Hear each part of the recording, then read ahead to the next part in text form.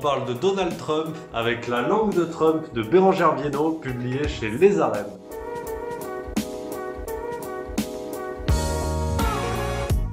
Encore un livre sur Donald Trump, on en a eu plein en librairie.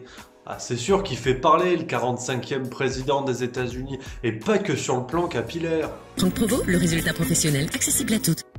Cette fois-ci, c'est la traductrice et enseignante Bérengère Viennot qui s'y colle. Alors bonjour Bérengère. Elle arrive avec La langue de Trump, un essai qui tente de décortiquer le parler Trump. Alors ça donne quoi ce livre? On l'a lu.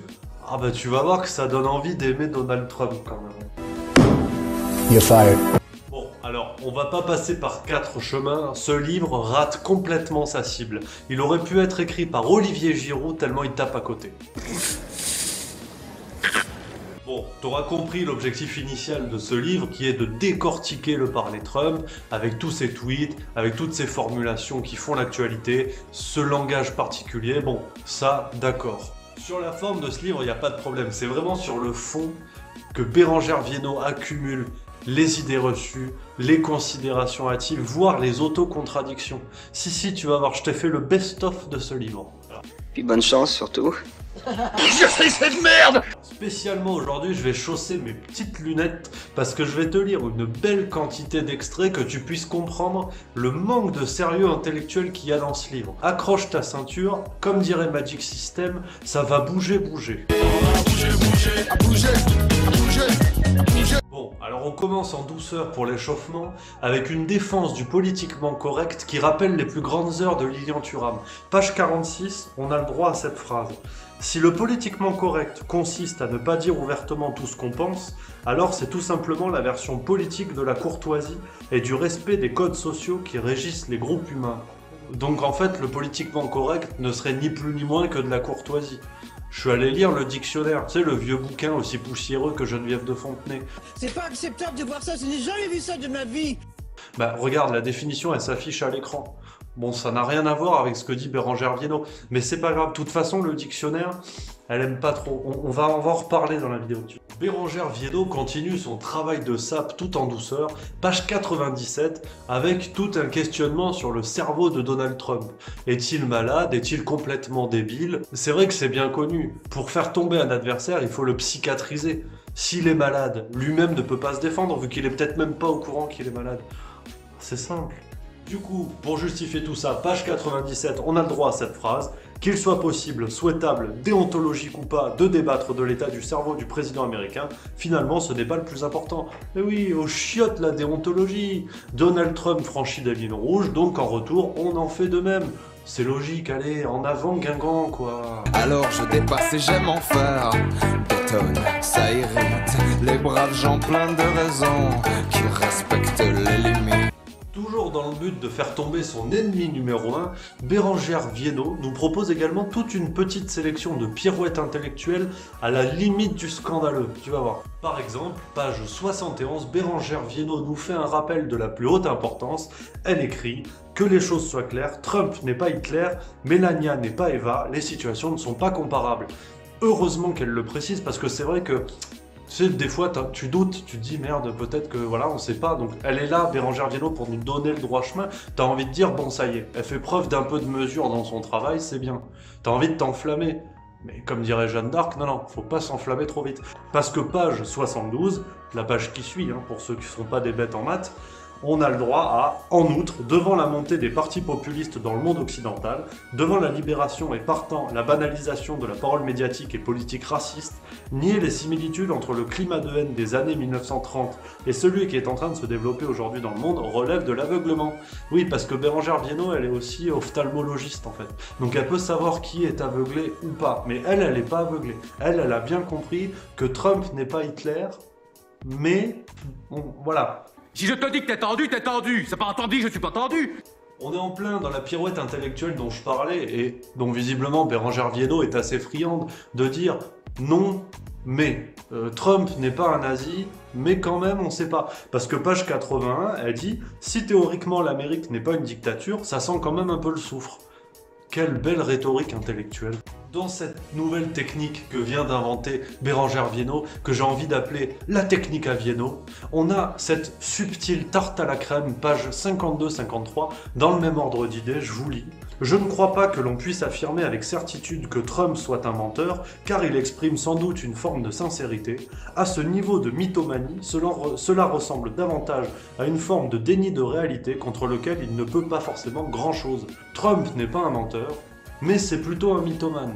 Donc là encore, tu regardes le dictionnaire, tu regardes la définition de mythomane s'affiche. Bon bah c'est celui qui ment pathologiquement. Donc Trump n'est pas un menteur, mais il est mythomane, donc il ment.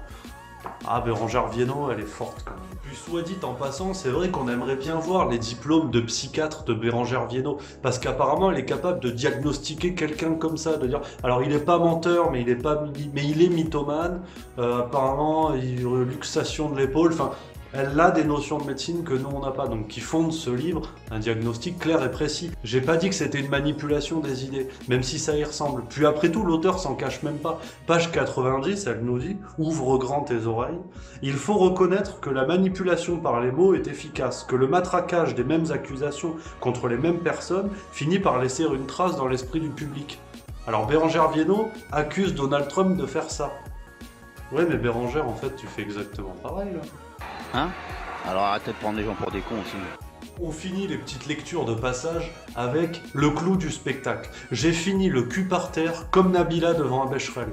Page 68, l'auteur nous dit c'est sérieux, c'est là, hein, ceux qui ont des bons yeux. Certes, Trump, malgré tout son racisme et sa xénophobie, n'a pas, entre parenthèses, que l'on sache, de visée génocidaire. Sans aucune pression, comme dirait un ami brasseur, l'auteur instille l'idée que Donald Trump pourrait avoir des idées génocidaires. Comme disent les jeunes, au calme. Comprenez bien, mon idée dans cette vidéo et autour de ce livre de Bérengère Viennot n'est pas de prendre la défense de Donald Trump. Bien au contraire, cet homme politique incontournable dans notre époque doit être critiqué, doit être mis en difficulté de toute évidence. Simplement, tous ces détracteurs de tous bords politiques et intellectuels usent et abusent des mêmes arguments depuis son élection en 2016. On tourne complètement en rond. Au sujet de Donald Trump, on n'a que des attaques ad hominem, des attaques sur sa personne, on n'a que des attaques qui le psychiatrisent, qui font de lui un fou ou quelqu'un qui n'est pas en possession de ses moyens, mais plutôt que de toucher le fond, quand est-ce qu'on les a, les arguments de fond ? C'est mon grand regret au sujet de la langue de Trump, ce livre de Bérengère Viennot, parce que assurément l'auteur a d'importantes compétences qu'elle aurait pu mettre en œuvre pour un véritable travail de fond avec un vrai recul intellectuel. Là, elle se contente de crier avec les loups, de rabâcher les mêmes arguments contre Donald Trump pour égratigner l'image d'un personnage politique dont on a compris, elle est absolument contre. Donc c'est un livre partisan et qui n'a pas le recul de la traductrice qui se penche sur la langue d'un personnage politique. Et malheureusement, Bérengère Viennot dans son livre manque en plus d'honnêteté intellectuelle. Comme bon nombre de détracteurs de Donald Trump, elle ne rappelle pas les faits positifs qu'a eu l'action politique de Trump aux États-Unis, sur le plan économique, sur le plan du chômage, au niveau de la bourse qui n'a jamais été au plus haut aux États-Unis. Elle se contente de charger la mule, comme dirait un ami mexicain. Assurément, Trump est un personnage central du monde actuel, de notre monde contemporain, et on ne peut pas se contenter pour le critiquer de parler de ses cheveux ou de son quotient intellectuel. Ça ne fait que creuser le fossé entre les fans de Trump qui sont nombreux et qui l'ont poussé au pouvoir aujourd'hui, et ses détracteurs qui se contentent d'arguments un peu bidons. Bérengère Viennot a choisi son camp, mais ne fait que creuser ce fossé qui existe et qui malheureusement ne réglera rien. Donc je ne dis pas merci à Madame Viennot et aux détracteurs de Trump qui se contentent de ces argumentations de bas-fond, parce que la bêtise ne justifie pas la bêtise, et c'est bien dommage qu'encore aujourd'hui, 3 ans après l'élection de Donald Trump, on en soit à des argumentations aussi bidons. Bon, c'est fini pour cette vidéo. Ah, j'étais un peu énervé aujourd'hui. Comme dirait l'ami Vincent Moscato, c'était mon cri de gueule aujourd'hui. Et foutez-moi tout ça dehors, dégagez-moi 12, foutez-moi un roumel, hein, vaillantas. Mais au moins t'as compris l'idée. Il faut critiquer Donald Trump, mais pas de cette manière, ça c'est clair. En tout cas, moi je serais très intéressé d'avoir ton avis en commentaire. Tac tac tac, avec le clavier. Tu dis ce que t'en penses, on en discute parce que la discussion c'est bien. Et puis sinon, on peut se retrouver pour de nouvelles vidéos. Tu peux découvrir ma critique de sérotonine, Michel Houellebecq, qu'on embrasse. Et sinon tu t'abonnes. Et puis comme ça, tu make les trucs great again, comme dirait Donald Trump.